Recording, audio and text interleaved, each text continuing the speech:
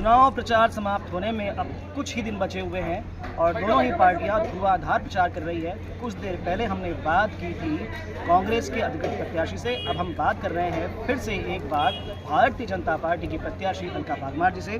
तो चलिए उनके आरोप का जवाब भी लेंगे और इनके व्यू भी जानेंगे। तो दीदी, सबसे पहले फिर से पूछूंगा, कैसे चल रहा है प्रचार? प्रचार बहुत सुंदर चल रहा है। मतलब उत्साह, हम सामने वाले को देख के हम खुद उत्साहित होते हैं कि कितना अच्छा प्रचार चल रहा है। लोगों का, जनता का भी इतना सपोर्ट है कि हम जब ऐसे पीछे मुड़ के देखते हैं तो कितनी मतलब हमारी बहनें हमारे साथ चलती हैं। ये जो बात आपने कही ना कि एक नेता को इस बात का एहसास होना, उनको लगता है कि बस मैं ही मेहनत कर रहा हूँ, मतलब पीछे लोग जो चल रहे हैं वो भी उतना ही पसीना बहाते हैं। उतना ही पसीना बहाते हैं।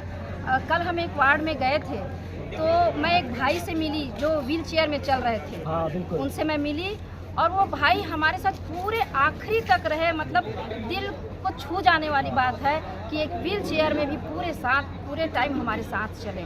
जब मैं उनसे बात कर रहा था ना, उस समय मैं भी उसको कवर किया, मैं उनसे जब बात कर रहा था ना तो बोले नहीं करना है हमको भाजपा के लिए। अच्छा, वो ये भी बोले मैं पहले कांग्रेस में था, अब भाजपा में हूँ, जबकि उसकी स्थिति नहीं है। मतलब रोंगटे खड़े करने वाली बात थी। चलिए दीदी, जब चुनाव आप लड़ रही हैं, प्रचार भी अच्छा चल रहा है, मान लीजिए आप मेयर बन जाती हैं, तो क्या रहेगी आपकी विकास की प्राथमिकता? क्या बिंदु आपने सोचे हुए हैं कि हाँ इन विषयों पे मैं जरूर काम करूँगी?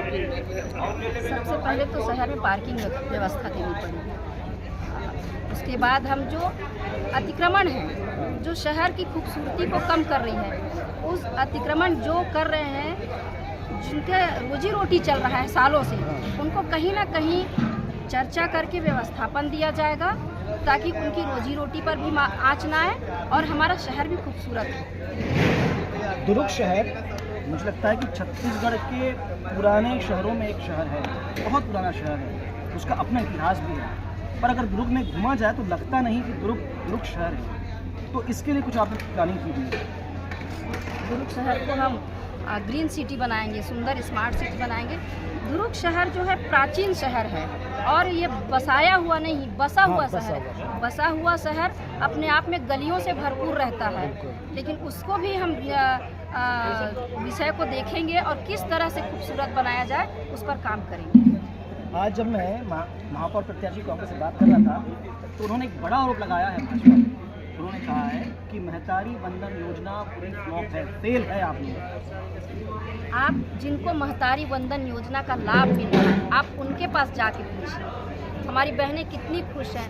उनको मतलब 1000 रुपया जो अपने जेब में आ रहा है वो स्वतंत्र हैं उसको खर्चा करने के लिए। उसको कैसे करना है, किसी को जमा करना है, किसी को गिफ्ट देना है, मायके जा रहे हैं तो यूज़ करना है। मतलब बहुत खुश है। और ये जो आरोप लगा रहे हैं, कांग्रेस की प्रत्याशी जो आरोप लगा रही है, कांग्रेस की सरकार ने बहनों को 500 रुपया देने के वादा किया और 5 साल में 5 रुपया भी नहीं दिए। अब ये क्या बताएंगे कि घोषणा क्या? ये तो हमारा भारतीय जनता पार्टी का घोषणा ही नहीं रहता। अभी आप देख रहे हैं घोषणा पत्र का नाम ही है अटल विश्वास। जो भारतीय जनता पार्टी जो घोषणा करती है उसको पूरे करती है। मैं घोषणा पत्र पे आने ही वाला था। जब घोषणा पत्र की हमने उनसे बात की तो उनका कहना ये था कि भारतीय जनता पार्टी ने जो घोषणा पत्र को लाया था चुनाव से पहले विधानसभा में, अब तक उसको ही पूरा नहीं किया, फिर नया घोषणा पत्र उन लोग निकल क्यों आए? ये उनका आरोप था। देखिए, आप अभी बात की है अपन महतारी वंदन योजना, आप खुद देख रहे हैं महतारी वंदन योजना का लाभ मिल रहा है कि नहीं मिल रहा है। प्रधानमंत्री आवास, यहाँ अपने जितने भी ज़रूरतमंद है प्रधानमंत्री आवास के सबको आवास दिया जाएगा।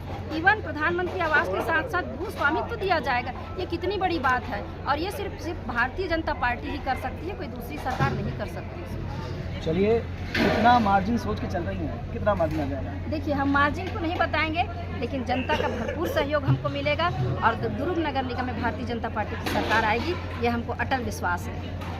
अटल विश्वास है, क्योंकि अटल विश्वास पत्र, संकल्प पत्र भी आ गया है भाजपा का। फिलहाल परिणाम जो हो आप तक पहुंचेगा, पर चुनाव की खबरों के लिए बने रहे 10 खबर के साथ और ध्यान रखिए मतदान जिसे भी करें पर मतदान अवश्य करें। बने रहें 10 खबर के साथ। धन्यवाद।